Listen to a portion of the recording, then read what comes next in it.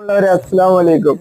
ഇന്ന് ഞാൻ നിങ്ങളുടെ മുന്നിൽ വന്നിരിക്കുന്നത് ഒരു ഒരാഴ്ച മുന്നേ എനിക്കൊരു പോസ്റ്റ് ഒരു സഹോദരി അയച്ചിട്ടുണ്ടായിരുന്നു. ഞങ്ങളുടെ നാട്ടിലൊക്കെ അവൾ അമ്മു എന്നാണ് പറയാ.